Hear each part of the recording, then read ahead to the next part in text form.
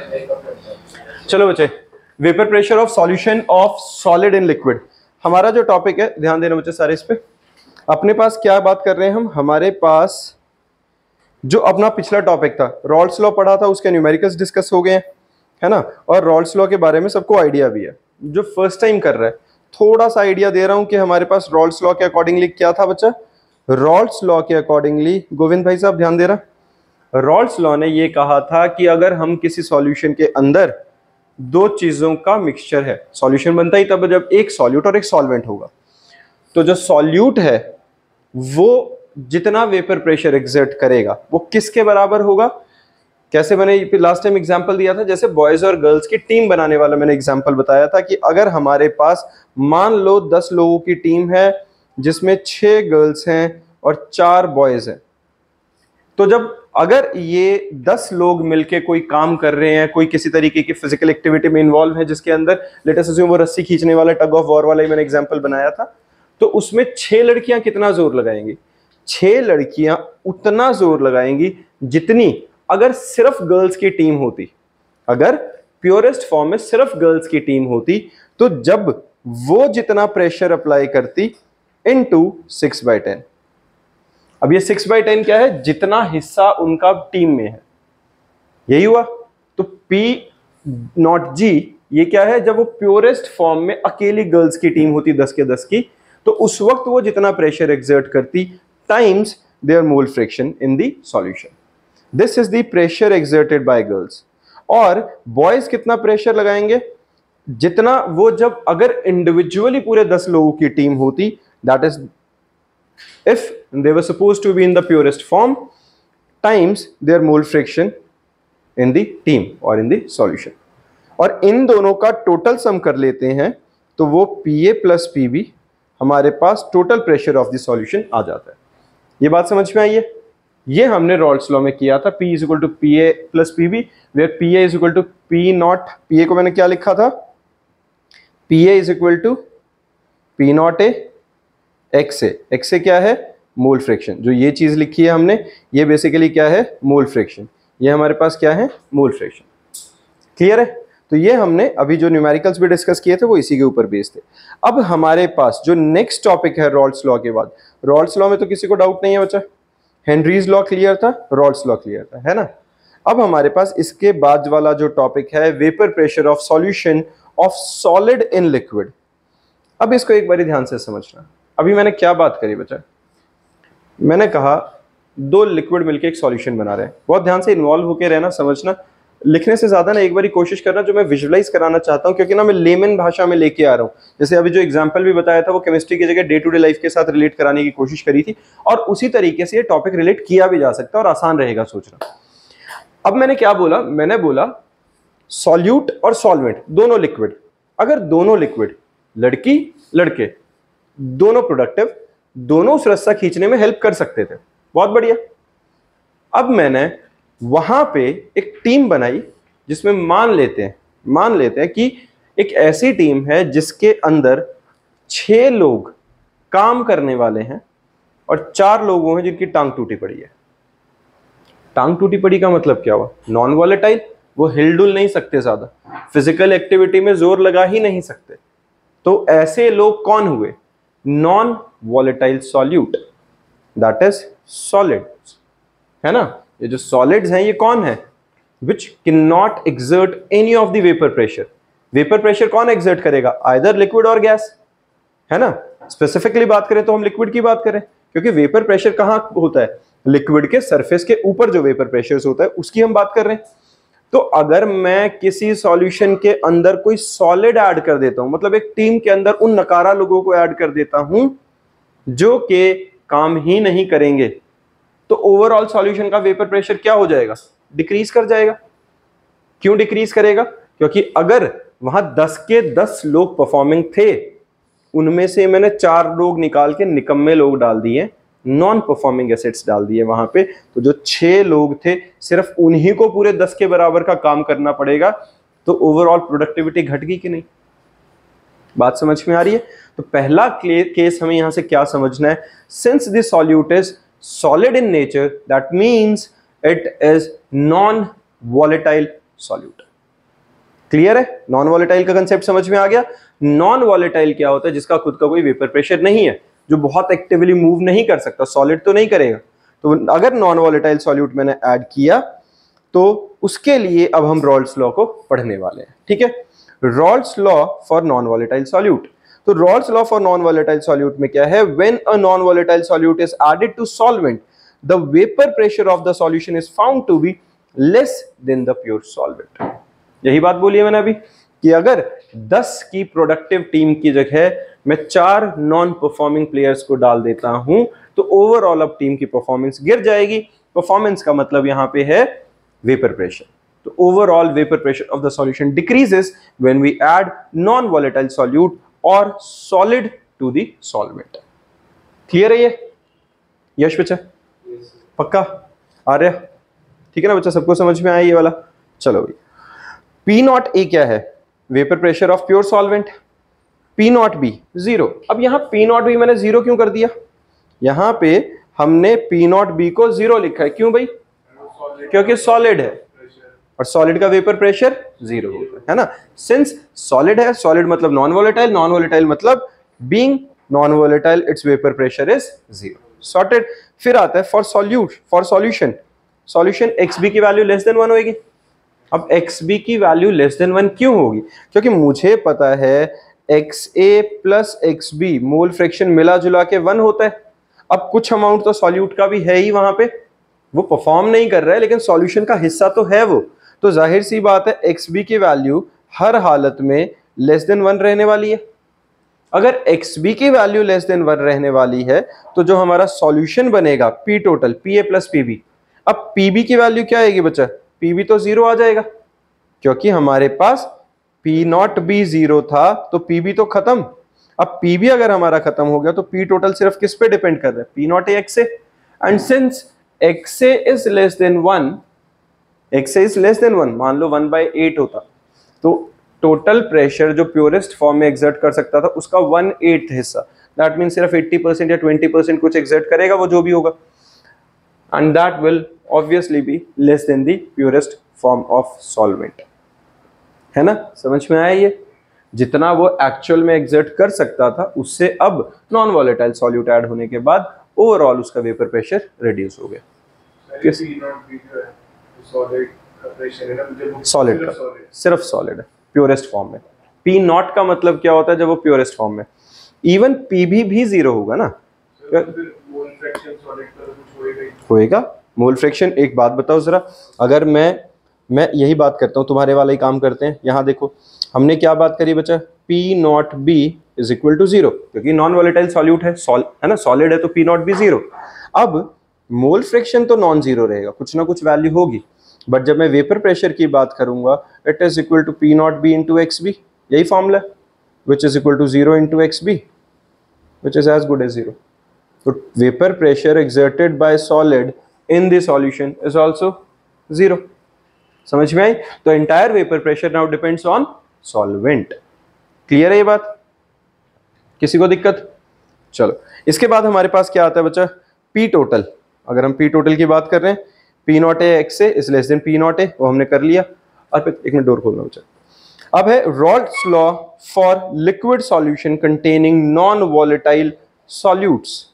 अब non volatile solutes क्या हुए? यही सॉलिड्स, है ना, एग्जैक्टली सॉलिड्स का ही हमने बस क्या कर दिया, नाम बदल दिया।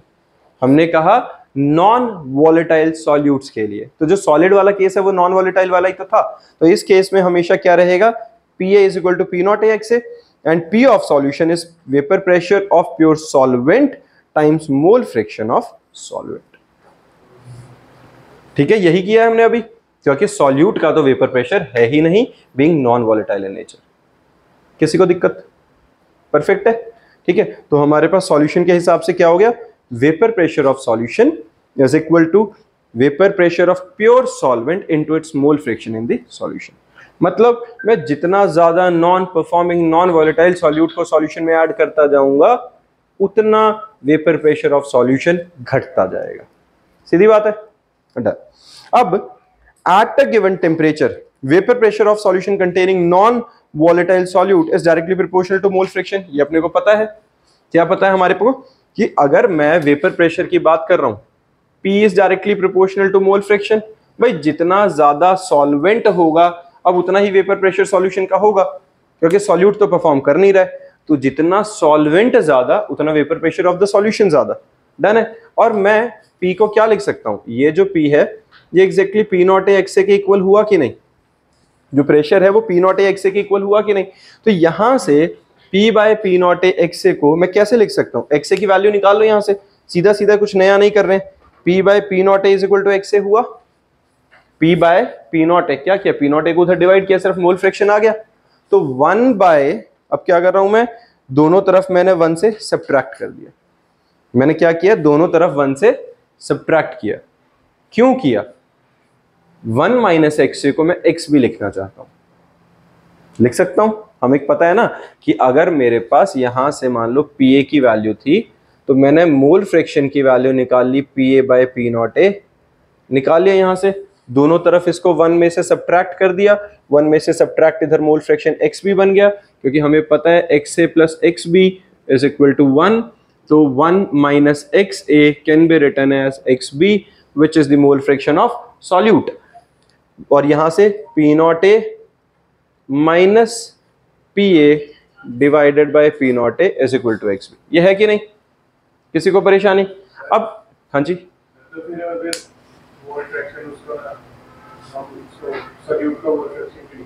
सॉल्यूट का क्यों निकाल रहे हैं, बहुत बढ़िया।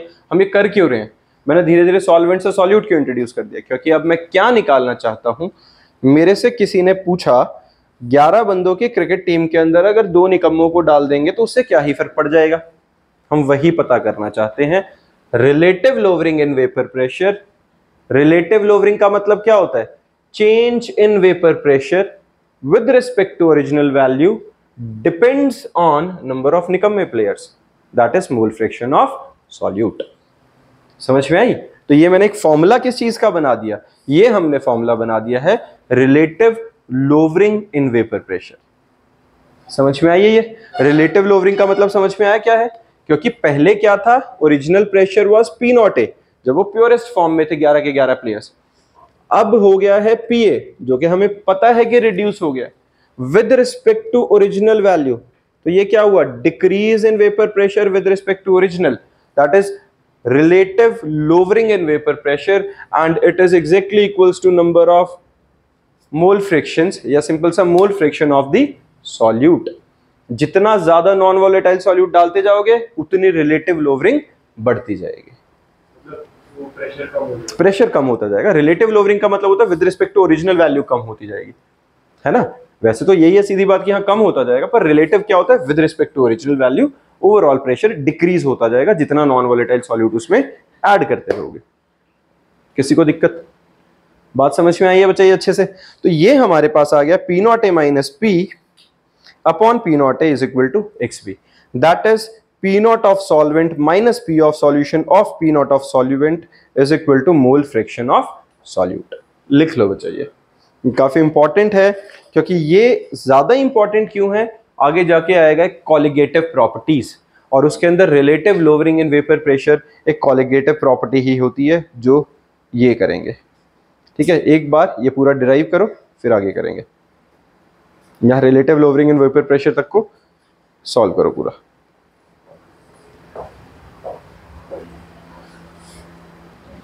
अब इसके बाद हमारे पास क्या बचा, देखो इसका ग्राफ कैसा है। अगर इसके हम ग्राफ की बात कर रहे हैं तो यहाँ ग्राफ कैसा है, ध्यान से देखो। ग्राफ में हमारे पास एक तरफ है मोल फ्रैक्शन, तो सीधा सीधा दिख रहा है vapour pressure of the solution. Vapour pressure of the solution कैसा रहेगा बच्चा, मोल फ्रैक्शन ऑफ द सॉल्वेंट। जितना सॉल्वेंट बढ़ता जाएगा उतना vapour pressure of the solution बढ़ता जाएगा। अगर ये सॉल्यूट के साथ होता तो उल्टा ग्राफ बनता, इनवर्स रिलेशन था। यहां क्या है, जितना प्योर सॉल्वेंट होगा उतना वेपर प्रेशर ज्यादा होगा। क्लियर बात है, ये सीधा ग्राफ बन गया। ये जितना pure solvent that is all the performing players, with all the performing players vapour pressure will be maximum. Done है। चलो भाई, द रिलेटिव, अब एक ये टर्म बता रहा हूं, ध्यान से सुनना ये वाला। The relative lowering in vapour pressure of an ideal solution containing the non volatile solute is equal to mole fraction of the solute at given temperature. Same जो हमने फॉर्मूला बनाया। रॉल्स लॉ, यहां तक समझ में आ गया बच्चा रिलेटिव लोवरिंग का।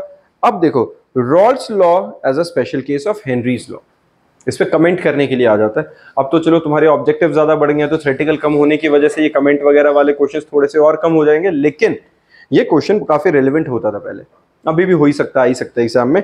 That Raoult's law as a special case of Henry's law. Henry भाई साहब ने क्या कहा था? हेनरी भाई साहब ने कहा था pressure is directly proportional to mole fraction, and proportionality का साइन हटाने के लिए हमने यहाँ KH लगाया था, विच इज हेनरीज कांस्टेंट। यही था हेनरीज लॉ। रॉल्स लॉ ने क्या कहा? Pressure is directly proportional to mole fraction, proportionality का साइन हटाने के लिए क्या लगा दिया? P नॉट है। कांस्टेंट तो ये भी है, कांस्टेंट तो ये भी है, तो एक तरह के मिला जुला के सेम बात नहीं कर रहे हैं। अब हेनरी भाई साहब ने पहले बता दिया था KH is Henry's constant, X mole fraction, तो P is directly proportional to mole fraction. दोनों चीजें सेम ही बात कर रहे हैं।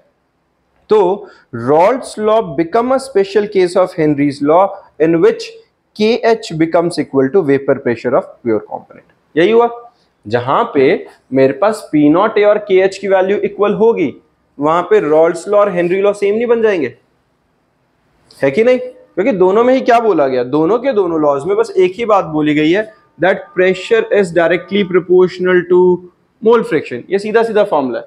अब इस प्रोपोर्शनलिटी का साइन हटाने के लिए हेनरी कांस्टेंट डाला था या पार्शियल प्रेशर की मतलब प्योरेस्ट फॉर्म ऑफ प्रेशर डाला था, यही था। अब ये प्योर फॉर्म के लिए प्रेशर डल गया, ये KH डल गया। अगर ये दोनों इक्वल हो जाए तो दोनों के दोनों सेम बात नहीं कर रहे हैं। तो जिस कंडीशन में vapour pressure of pure solvent या सॉल्यूट अगर KH के इक्वल हो जाता है, दैट इज हेनरीज कांस्टेंट के इक्वल हो जाता है, तो रॉल्स लॉ और हेनरी लॉ सेम बन जाते हैं। That means we can conclude that Henry's law उसी से डिराइव होके रॉल्स लॉ बनता है। That means Raoult's law is a special case of Henry's law. At infinite dilution, infinite dilution का मतलब क्या होता है? X2 इज 0, X2 की वैल्यू क्या आ गई? 0। मोल फ्रैक्शन जो है हमारे पास of solution, the solvent follows Raoult's law whereas the solute obeys Henry's law for dilute solution. ये ध्यान रखना। ये हमारे पास क्या है बच्चा? जिस टाइम पे इनफाइनाइट डाइल्यूशन की बात कर रहे हैं, इनफाइनाइट डाइल्यूशन पे X2 approaches to 0, that means solvent बहुत ज्यादा हो गया है, सॉल्यूट बहुत कम है। X2 किसके लिए? मोल फ्रैक्शन ऑफ सॉल्यूट। एक टंकी भर पानी में मान लेते हैं 100 लीटर पानी के अंदर मैंने थोड़ा सा नमक डाल दिया। अब नमक हो सकता है नॉन वोलेटाइल था, ठीक है, या नॉन वोलेटाइल छोड़ो, कोई थोड़ा सा कोई और लिक्विड डाल दिया, एल्कोहल ऐड कर दिया। अब दोनों के दोनों वोलेटाइल है, तो इस केस के अंदर हमारे पास क्या रहेगा? X2 0 को अप्रोच कर रहा है ऑलमोस्ट, ठीक है। जब X2 0 को अप्रोच कर रहा है तो इस केस के अंदर the solvent follows Raoult's law. Solvent तो सीधा सीधा रॉल्स लॉ फॉलो करेगा, लेकिन जो सॉल्यूट होगा वो क्या फॉलो करेगा बच्चे? Henry's law. डन? हाँ जी।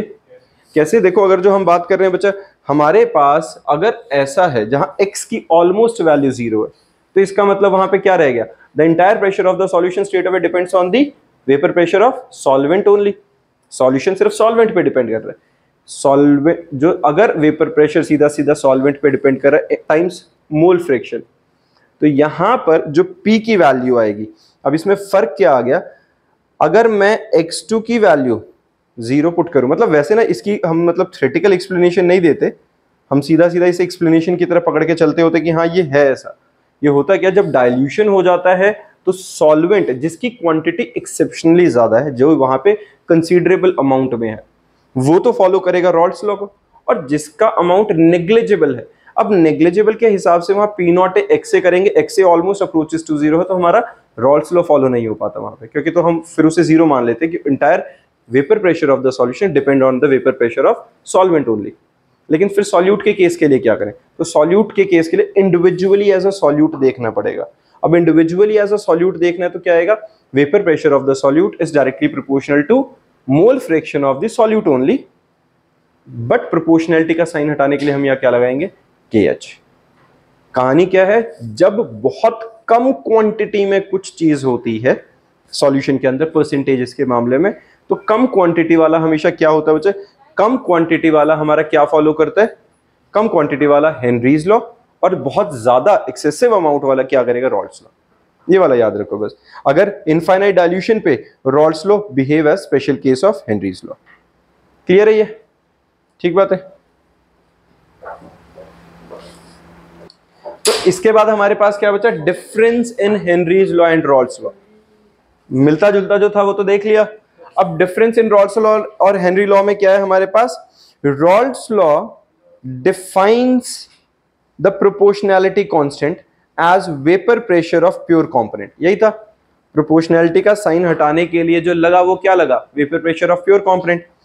Whereas Henry's law defined proportionality constant for some experimentally determined value KH। Simple, मतलब जो बात है वही बता दी भाई। हेनरीज लॉ के अंदर कांस्टेंट ऑफ प्रोपोर्शनैलिटी KH लगता है और रॉल्स लॉ के अंदर कांस्टेंट ऑफ प्रोपोर्शनैलिटी P0 है या P0 भी लग जाता है। सिंपल, ये एक लॉ डिफरेंस है। Similarity same, both laws apply by volatile component in the solution.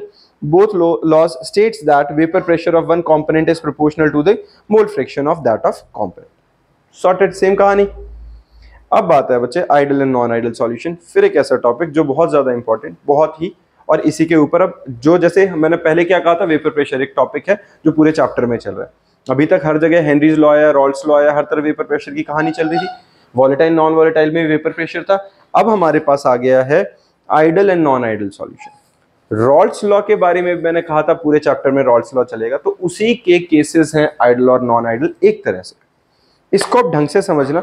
मैं कुछ तुच्चे से उठपटांग से एग्जाम्पल के साथ समझाऊंगा, कृपया करके डिस्ट्रैक्ट मत होना, उसके मुद्दे पे रहेंगे, ठीक है। चलो पहले आते हैं ideal and non ideal solution. Ideal का मतलब पता है कौन होते हैं आइडल? हाँ जी, इंडियन आइडल, बहुत बढ़िया। और हाँ जी, आइडल गैस इक्वेशन। आइडल क्या होते हैं? भगवान जी, राम भगवान। हम कहते हैं ना किसी को आइडल बना लो, कौन किसको बनाएंगे? जो बहुत बढ़िया है ना। अरे सुमित शर्मा कहाँ आइडल है? मैं तो गलत बंदा हो जाऊंगा। वो ठीक है, फीस कम नहीं होगी रहती है बहुत सारी। सुनो, अच्छा बात खत्म करते हैं बच्चे, डिस्ट्रैक्शंस बंद करो, पहले मेरी बात सुनो एक बार। तो आइडल हम जब कहते हैं राम भगवान के लिए क्यों कह रहा हूँ मैं आइडल? मतलब हम मेनली राम भगवान के लिए स्पेशली क्या कहा जाता है ना, वो मतलब पुरुषोत्तम कहा जाता है और काफी सारे वर्ड्स हैं उनके लिए। That means he is the one जो हर किसी फील्ड में हर किसी के अंदर प्योर थे, हर कंडीशन में उन्होंने जो एक गाइडलाइन थी उसको फॉलो किया, irrespective of situation, irrespective of condition, irrespective of anything. उन्होंने सारी वो वही गाइडलाइंस जो एक प्रिस्क्राइब्ड हैं, माँ बाप ने बोला करने का तो करने का, क्रॉस क्वेश्चनिंग नहीं थी, ठीक है।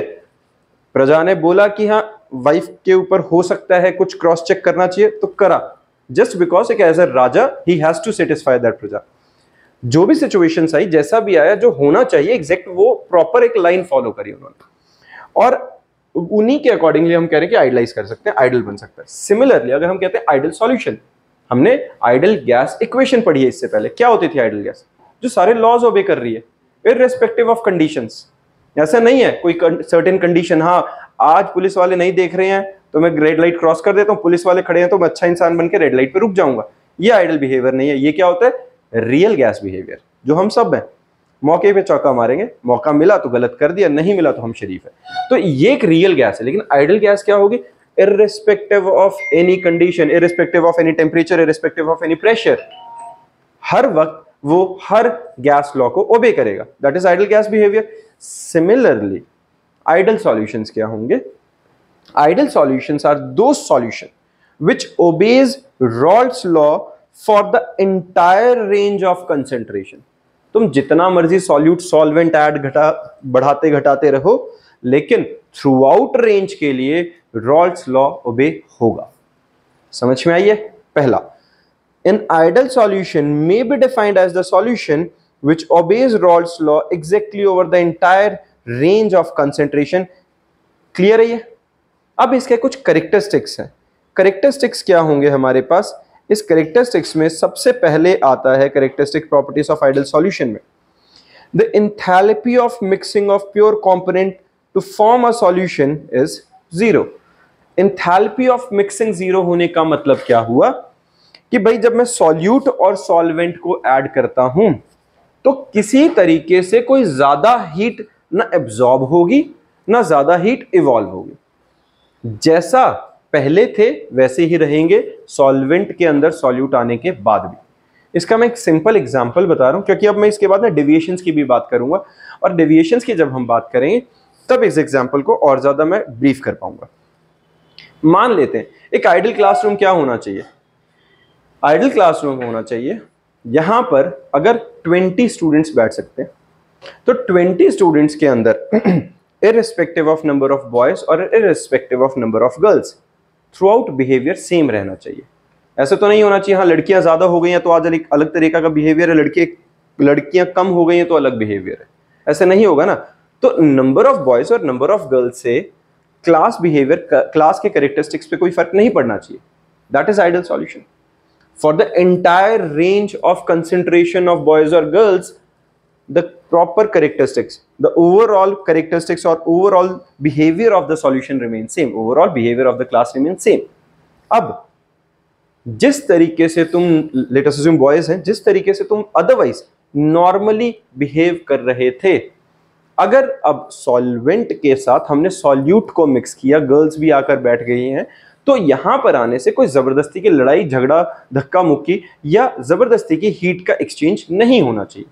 That means it solution के अंदर neither it should be exothermic nor it should be endothermic, जैसा पहले था वैसे ही होना चाहिए। एक्चुअल क्लासरूम बिहेवियर भी यही होता है कि हम जेंडर्स के डिस्टिंग्विश करने के हिसाब से अपना बिहेवियर चेंज नहीं करेंगे। तो प्रॉपर आइडियल सॉल्यूशन हुआ ना, तो कोई रॉल्स लॉ के ओबे होने में फर्क पड़ा, ना ही वहां पर किसी तरीके का कोई इंथैल्पी चेंज आया। डन। तीसरा, जब बॉयज के बीच में गर्ल्स बिठाई तो कोई लड़के होते हैं जो कह रहे होते हैं नहीं नहीं लड़की के साथ नहीं बैठना और दूर होके बैठ गए। कोई इक्का दुक्का कोई ऐसा भी निकलेगा जो लड़की देखी तो ज्यादा ही चेप हो गया। दोनों कंडीशन गड़बड़ है, दोनों ही तरीके से वो नॉन आइडियल बिहेवियर हो गया। As an ideal classroom, as an ideal solution तुम्हारे पास क्या होना चाहिए कि कोई फर्क ही नहीं पड़ना चाहिए कि साथ वाला लड़का है या लड़की है। तुम उतने ही कंफर्ट जोन के साथ बैठो जितने ही कंफर्ट जोन के साथ अभी हो। तो उस सिचुएशन में जितनी बेंचेस पे बॉयज अदरवाइज बैठे थे उतनी ही बेंचेस पे गर्ल्स के साथ भी बैठेंगे, है ना। तो वहां पर change in volume of the solution should be 0। समझ में आई? ये बात समझ में आ रही है? एग्जांपल क्लियर है कि अगर हम सॉल्यूट और सॉल्वेंट को ऐड करते हैं तो सॉल्यूट और सॉल्वेंट के अंदर किसी तरीके की फॉर्मेशन ऑफ न्यू बॉन्ड्स या breakage of new old bonds नहीं होना चाहिए। जो रेगुलर बिहेवियर सॉल्यूट या सॉल्वेंट में था वैसा ही सॉल्यूट और सॉल्वेंट में होनी चाहिए थी, और उसी तरीके के बेसिस पे हम कहते हैं कि कोई चेंज इन एंथैल्पी, कोई चेंज इन वॉल्यूम नहीं होना चाहिए, एंड एंटायर कंसेंट्रेशन के रेंज के लिए रॉल्स लॉ ओबे होना चाहिए। ये हमारे पास कुछ कैरेक्टरिस्टिक्स हैं, ये कुछ कंडीशंस हैं उसकी। इसी के अंदर एक और कंडीशन जो मैं अभी बोल रहा हूं, जो सॉल्यूट या सॉल्वेंट के बीच में बॉन्ड या उनके बीच में अटैचमेंट थी, सेम सॉल्यूट और सॉल्वेंट के बीच में भी होनी चाहिए, बिल्कुल बराबर, कोई भेदभाव नहीं। AA और BB का बॉन्ड जितना स्ट्रॉन्ग था उतना ही AB का बॉन्ड स्ट्रॉन्ग रहेगा। तो ना तो कुछ एक्स्ट्रा हीट इवॉल्व होगी, ना हीट एब्जॉर्ब होगी, ना चेंज इन वॉल्यूम होगा, ना एक्सपेंशन होगा, कुछ नहीं होगा। क्लियर बात है ये? तो this is the perfect example for ideal gas. AB are the same, AB क्या है हमारे पास? AB क्या है बच्चा? AB है सॉल्यूट और सॉल्वेंट के बीच का बॉन्ड का magnitude as their intermolecular interaction found in pure component, that is AA and BB। जितना AA और BB का था उतना ही AB का होगा।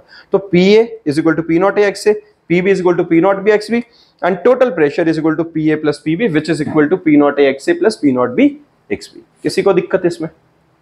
सिंपल है। आइडियल गैस बिहेवियर मतलब ओवरऑल आइडियल सॉल्यूशन का बिहेवियर समझ में आ गया। रॉल्स लॉ ओबे होगा, डेल्टा H 0 होगा, डेल्टा V 0 होगा, AA और BB की जो बॉन्ड स्ट्रेंथ होगी सेम AB की बॉन्ड स्ट्रेंथ होगी। Sorted. Example of ideal solution, hexane and heptane. N का मतलब क्या होता है? लॉन्ग चेन, स्ट्रेट लाइन में। N-हेक्सेन 6 के 6 कार्बन सीधा लाइन में लगे हुए हैं, N-हेप्टेन 7 के 7 कार्बन सीधा लाइन में लगे हुए हैं। दोनों के दोनों सेम फैमिली से बिलोंग कर रहे हैं, एल्केन से। ध्यान देना इसमें। तो जैसे हेप्टेन थे वैसे ही हेक्सेन थे, मिक्स हो गए, कोई फर्क नहीं पड़ा, सेम तरीके से रिएक्ट कर रहे हैं। आगे ब्रोमोमिथेन क्लोरोइथेन सेम फैमिली से बिलोंग कर रहे हैं, है ना। क्या है? Haloalkanes, bromoalkane, chloroethane, bromoethane, chloroethane, same तरीके का बिहेवियर। क्लोरोबेंजीन, ब्रोमोबेंजीन, सेम ये भी क्या है, ये हेलो एरोमेटिक कंपाउंड्स है बेसिकली, है ना, हेलो एरीन्स है। तो और कौन सा है, बेंजीन एंड टोलुइन, दोनों के दोनों क्या है, ये दोनों के दोनों एरोमेटिक कंपाउंड्स हैं, बेंजीन है, तो एक बेंजीन और एक टोलुइन है तो दोनों के दोनों एरोमेटिक की रेंज की। तो ये बिल्कुल अगर मैं इनको मिक्स करता जाऊंगा तो इनके बीच में किसी तरह का नया बॉन्ड फॉर्मेशन, किसी तरह का पुराना बॉन्ड ब्रेकेज वगैरह कुछ अलग नहीं होगा, they will exactly behave as in ideal solution. Done. Next है हमारे पास नॉन आइडियल सॉल्यूशन बचा। अब नॉन आइडियल सॉल्यूशन क्या होता है, नॉन आइडियल सॉल्यूशन नाम से समझ में आ रहा है, जो आइडियल नहीं है, जो आइडियल नहीं है मतलब क्या करेगा, लॉज तोड़ेगा, कुछ अनइवन बिहेवियर होगा उसका। तो अनयूजुअल या अनइवन बिहेवियर में क्या रहेगा, नॉन आइडियल सॉल्यूशन में सबसे पहला रूल क्या रहेगा बच्चे, सबसे पहला तो यही है कि वो रॉल्स लॉ को ओबे नहीं करेगा। अब जब मैं नॉन आइडियल सॉल्यूशन की बात कर रहा हूं तो यहां पहली कंडीशन क्या है कि रॉल्स लॉ को ओबे नहीं कर रहा, दूसरी पहली क्या है, does not obey Raoult's law, दूसरी enthalpy of mixing is not equals to zero, कुछ ना कुछ हीट में चेंज आएगा, and enthalpy of basically change in volume is also not equals to zero. It can be either positive change और negative change, वो हम अब आगे फर्दर पॉजिटिव डेविएशन और नेगेटिव डेविएशन में अभी डिस्कस करेंगे। और एक और क्या पता चलेगा यहां से कि जो ए के बीच में बॉन्ड था, बीबी के बीच में बॉन्ड था, वैसा ए और बी के बीच में बॉन्ड नहीं होगा। ठीक है, जैसा बिहेवियर बॉयज और बॉयज या गर्ल्स और गर्ल्स में था वैसा बॉयज और गर्ल्स के ग्रुप में नहीं होगा। तो ये नॉन आइडियल बिहेवियर है। अब जब हम नॉन आइडियल बिहेवियर की बात कर रहे हैं तो उसमें पहला क्या देखा, enthalpy of mixing is not equals to zero, it may be positive और negative. Change in volume of mixing is not zero, it can be positive or negative, it depends. And PA is not equals to PA naught XA, PA is not equals to P naught A XA, PB is not equals to P naught B XB. Sorted है ये। अब इसके अंदर vapor pressure of the solution are either higher or lower than that predicted by the Raoult's law, क्योंकि अब non ideal behavior आ गया, तो जैसा रॉल्स लॉ के हिसाब से होना चाहिए था या तो उससे ज्यादा वेपर प्रेशर आ गया या कम आ गया। अब ज्यादा और कम को कैसे डिटेक्ट करें, उसके लिए हमारे पास आता है बच्चा positive deviation and negative deviation. और पॉजिटिव डेविएशन और नेगेटिव डेविएशन में पहले देखो, if overall total vapour pressure is higher than the solution exhibit positive deviation. अगर जितना रॉल्स लॉ से प्रेशर होना चाहिए था उससे ज्यादा वेपर प्रेशर आ गया, मतलब कैसा डेविएशन है, पॉजिटिव डेविएशन। और अगर वेपर प्रेशर लोअर है तो कैसी डेविएशन आ गई, negative deviation.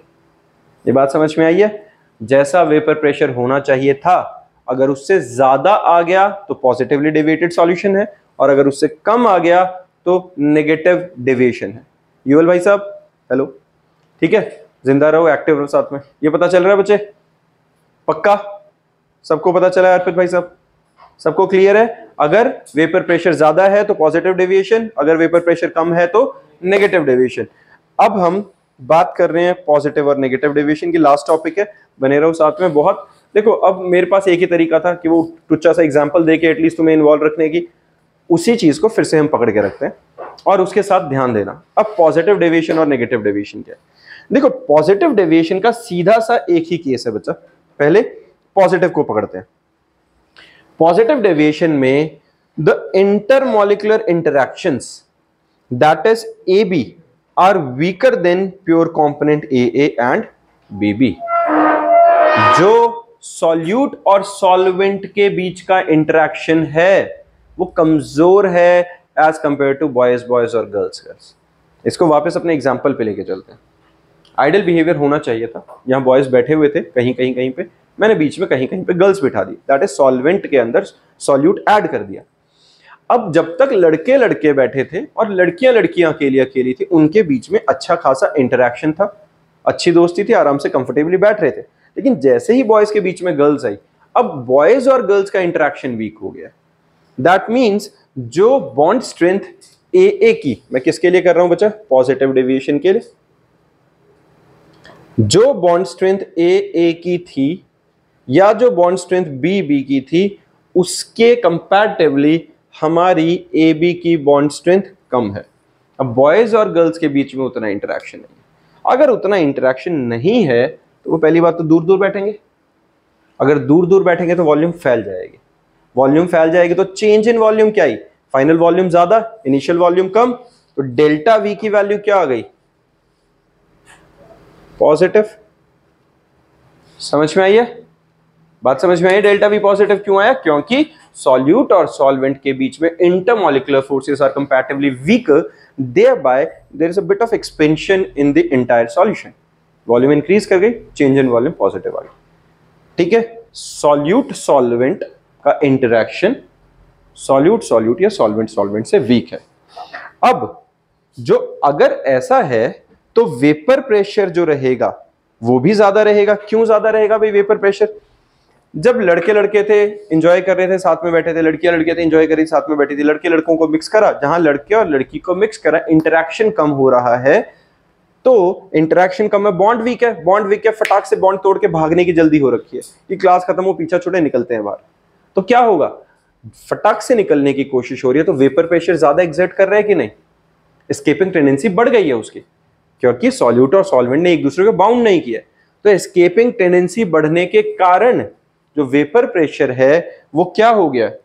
PA is greater than P not AX से जितना होना चाहिए था उससे वेपर प्रेशर सॉल्यूट का बढ़ गया। PB is greater than P not AXB। किसी को परेशानी? सॉर्टेड है। ऐसे ही डेल्टा H भी क्या होगा? पॉजिटिव, क्योंकि ये क्या है? Endothermic reaction. अब एंडोथर्मिक रिएक्शन क्यों है? जब AA और BB का बॉन्ड वीक है तो हो क्या रहा है? AA के बॉन्ड के कंपैरेटिवली कमजोर बॉन्ड बन रहा है। तो AA का बॉन्ड टूट के कमजोर बॉन्ड बना है तो उसने एनर्जी एब्जॉर्ब करी होगी स्ट्रॉन्ग वाले को तोड़ के वीक बनाने में, है ना? तो ये क्या होता है? Delta H is positive. Clear है? तो पॉजिटिव डेविएशन के अंदर क्या है? बॉन्ड स्ट्रेंथ सॉल्यूट सॉल्वेंट का वीक रहेगा, चेंज इन वॉल्यूम पॉजिटिव रहेगा, change in enthalpy positive, that is endothermic reaction रहने वाले हैं। ये एंडोथर्मिक रिएक्शन रहेगा। PA is greater than P not AX से, PB is greater than P not B XB। किसी को दिक्कत? ठीक है। अब इसमें होगा क्या? अगर एस्केपिंग टेंडेंसी बढ़ रही है मतलब पुराने बॉन्ड टूट रहे होंगे। अब पुराने बॉन्ड 90% ऑफ द टाइम जब हम सॉल्यूशन की बात कर रहे हैं तो क्या होता है? Hydrogen bonds. तो ब्रेकिंग ऑफ हाइड्रोजन बॉन्ड्स होते हैं बच्चा। क्लियर है? अगर पॉजिटिव डेविएशन है तो एक जो स्ट्रॉन्ग बॉन्ड था वो टूट रहा है, तभी तो एंडोथर्मिक है ना, उस बॉन्ड को तोड़ने के लिए तो एनर्जी एब्जॉर्ब हुई थी। तो ब्रेकेज ऑफ हाइड्रोजन बॉन्ड है। ठीक है यश, समझ में आ रहा है? पक्का इन्वॉल्व रहो बच्चे साथ में, मेरे एग्जांपल के साथ ना रिलेट करने की कोशिश करो। तो हो क्या रहा है यहाँ पे? Breaking of hydrogen bonds. जो पुरानी यारी दोस्ती थी वो ब्रेक हो रही है, नया वाला बॉन्ड जो बन रहा है वो उतना स्ट्रॉन्ग नहीं है तो उसने एनर्जी एब्जॉर्ब करके वो बॉन्ड टूट गया था। तो ब्रेकिंग ऑफ हाइड्रोजन बॉन्ड्स थी। हीटिंग इंक्रीजेस सॉल्युबिलिटी, ऑब्वियस ही बात है, एंडोथर्मिक रिएक्शन है। एंडोथर्मिक रिएक्शन का मतलब क्या होता है? जितनी हीट एनर्जी देते जाओगे रिएक्शन प्रोसीड करता जाएगा। तो एंडोथर्मिक रिएक्शन का मतलब जितना हीट देते जाओगे that will increase this solubility. The escaping tendency of solution also increases. क्या है? Escaping tendency of the solution increases. समझ में आई है? एस्केपिंग टेंडेंसी का मतलब सॉल्यूट और सॉल्वेंट का सॉल्यूशन से बाहर निकलने की टेंडेंसी बढ़ गई है। तो इसका ग्राफ कैसे बनेगा? जो हमारे पास ग्राफ ऐसा बनना चाहिए था, जो हमारे पास ग्राफ स्ट्रेट लाइन बनना चाहिए था सॉल्यूशन का, वो अब कैसा बन गया? ऐसा।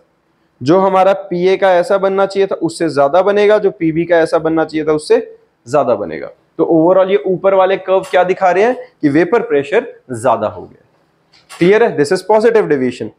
अब इसके एग्जांपल्स को देखना है एक बारी। एग्जांपल्स को डिटेल में भी हम डिस्कस करेंगे, पर अभी मैं यहाँ एक हिंट दे रहा हूं कि कैसे सपना आएगा कि पॉजिटिव डेविएशन होगा या negative. Ethyl alcohol and cyclohexane दो अलग अलग चीजें। Ethyl alcohol and cyclohexane. Alcohols कौन है? जिसके अंदर ऑलरेडी हाइड्रोजन बॉन्डिंग थी स्ट्रॉन्ग। अब उसके अंदर तुम साइक्लोहेक्सेन डाल दोगे तो जहां इंटरमॉलिक्यूलर हाइड्रोजन बॉन्डिंग थी उनके इंटरमॉलिक्यूलर स्पेसेस में तो साइक्लोहेक्सेन आके घुस गया, हाइड्रोजन बॉन्ड टूट गए कि नहीं? एस्केपिंग टेंडेंसी बढ़ गई क्योंकि वो पोलर है, ये कंपैरेटिवली पोलर नहीं है। तो पोलर नहीं है तो इनका तो बॉन्ड ही नहीं बनेगा, इतना ज्यादा बॉन्ड नहीं बनेगा, तो कंपैरेटिवली इनका सॉल्यूट और सॉल्वेंट का आपस में इंटरेक्शन वीक हुआ कि नहीं, hence positive deviation. Acetone and carbon disulphide दोनों अलग फैमिलीज के, बेंजीन एसीटोन दोनों अलग family, carbon tetrachloride and chloroform दिख रही है, कार्बन टेट्राक्लोराइड और क्लोरोफॉर्म दोनों अलग अलग फैमिली। तो यहां पे तुम ध्यान से देखोगे acetone, ethyl alcohol and water, और ये जो है हमारे पास पी एक्सेट, ये किसके लिए रहता है, पॉजिटिव डेविएशन में पी एक्सपेरिमेंटली डिटरमाइंड जो होता है वो कैलकुलेटेड से हमेशा ज्यादा निकलता है। डन है। ये 6 एग्जांपल्स हैं बच्चा, रट डालना इन्हें। एक तो तरीका मैंने बताया ही है, लेकिन फिर भी रट डालना, क्योंकि इन्हीं में से क्वेश्चंस बनते हैं ज्यादा। पॉजिटिव डेविएशन समझ में आ गई। अब मैं बता रहा हूं बच्चे नेगेटिव डेविएशन। अब नेगेटिव डेविएशन क्या है? Negative deviation same examples boys और गर्ल्स का।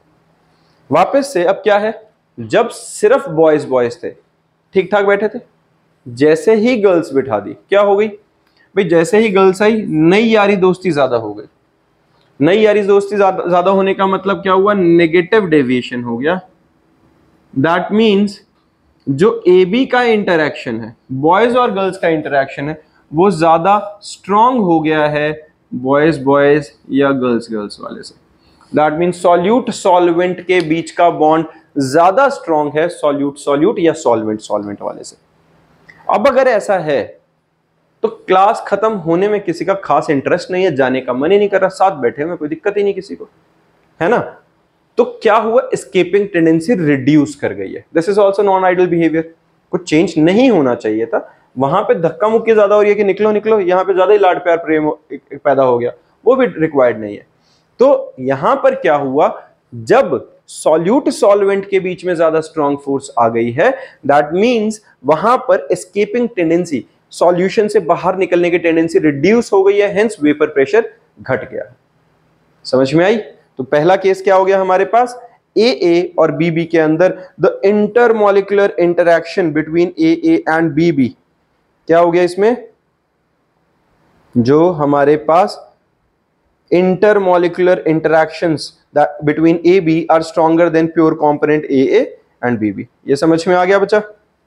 अब escaping tendency घट गई है, बाहर नहीं निकलना चाहते, PA is less than P0 AXA and PB is also less than P0 B XB। sorted है, सक्षम, क्लियर है ये। फिर है delta H of mixing, enthalpy change is negative, that is exothermic। Enthalpy change क्या है, नेगेटिव। क्यों, जितना ज्यादा आपस में क्लोज बैठेंगे, ज्यादा बॉन्ड बनेगा, उतना एनर्जी रिलीज करेंगे, क्योंकि स्टेबलाइज हो गए हैं। कभी भी जब बॉन्ड फॉर्मेशन होती है तो क्या होता है, वो स्टेबल हो गए हैं। अब ज्यादा क्लोज इंटरेक्शन आ गई है, बॉन्ड नए फॉर्म हो रहे हैं, तो एनर्जी रिलीज हो रही है। एनर्जी रिलीज का मतलब क्या होता है, delta H S negative exothermic reaction. Clear बात है ये। तो इसके अंदर हमारे पास रिएक्शन क्या हुआ, डेल्टा एच की वैल्यू क्या आ गई है, नेगेटिव, दैट मीन्स एक्सोथर्मिक। कोई दिक्कत। तीसरी चीज, एक्सोथर्मिक के बाद formation of new hydrogen bonds. पहले हाइड्रोजन बॉन्ड्स नहीं थे, अब सॉल्यूट और सॉल्वेंट के बीच में हाइड्रोजन बॉन्ड हो गए हैं, इसीलिए नई तरह की फोर्सेस क्रिएट हो गई हैं।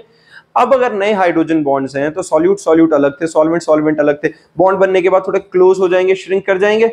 Formation new hydrogen, formation of new hydrogen bonds की वजह से वॉल्यूम क्या हो गई, डिक्रीज हो गई, क्लोज बैठने लग गए। वॉल्यूम चेंज होने की वजह से चेंज इन वॉल्यूम क्या आएगी, नेगेटिव, क्योंकि फाइनल वॉल्यूम अब कम हो गई है। समझ में आई है। तो क्या हुआ, formation of new hydrogen bonds. Positive में क्या थी, breakage of old hydrogen bonds, यहां पे formation of new hydrogen bonds आ गए हैं हमारे पास। डन है। Heating decreases the solubility, since the process is already exothermic. अब मैं हीट करूंगा तो उल्टा वो नेगेटिव साइड ले जाएगा, है ना, बैकवर्ड साइड में रिएक्शन को शिफ्ट करेगा। तो जितना मैं हीट करता जाऊंगा सॉल्युबिलिटी उतनी डिक्रीज करती जाएगी, and the escaping tendency of the solution decreases. तो इसका ग्राफ कैसा बनेगा, जो हमारे पास सॉल्यूट का ऐसा ग्राफ होना चाहिए था वो क्या बनेगा, डाउनवर्ड्स। जो सॉल्वेंट का ऐसा होना चाहिए था वो कैसा बनेगा, डाउनवर्ड। और ऐसे ही जो हमारे पास सॉल्यूशन का ऐसा होना चाहिए था वो कैसा बनेगा, डाउनवर्ड। ठीक है। तो ओवरऑल वेपर प्रेशर हमारा क्या हो गया, रिड्यूस हो गया। इसके अगर हम एग्जांपल्स की बात करें तो एग्जांपल्स में acetone and chloroform, acetone and chloroform दोनों पोलर, इंडिविजुअली बॉन्ड थे, लेकिन जैसे ही आपस में डाले नई तरह के हाइड्रोजन बॉन्ड्स हो गए। Chloroform and diethyl ether, chloroform and nitric acid, acetone and aniline, water and nitric acid, diethyl ether and chloroform, और पी एक्सपेक्टेड, पी कैलकुलेटेड से हमेशा कम रहने वाला है। तो इनके अंदर मेनली पोलर हैं सारे, जिनके अंदर नई तरह के हाइड्रोजन बॉन्ड्स बन जाएंगे, thereby decreasing the escaping tendency and hence negative deviation. किसी को दिक्कत बचा? बहुत इंपॉर्टेंट, बहुत ही ज्यादा इंपॉर्टेंट टॉपिक हमने ये कवर किया है, पॉजिटिव एंड नेगेटिव डेविएशन वाला। सबको अच्छे समझ में आ गया? नेक्स्ट क्लास में आओगे यहां तक पूरा ढंग से पढ़ के आना है, क्योंकि इसी के बेसिस पे अब आगे के टॉपिक हमारे प्रोसीड करेंगे। पॉजिटिव और नेगेटिव डेविएशन के एग्जांपल्स को हम नेक्स्ट क्लास में थोड़ा सा डिस्कस करने वाले हैं। ठीक है, बाय।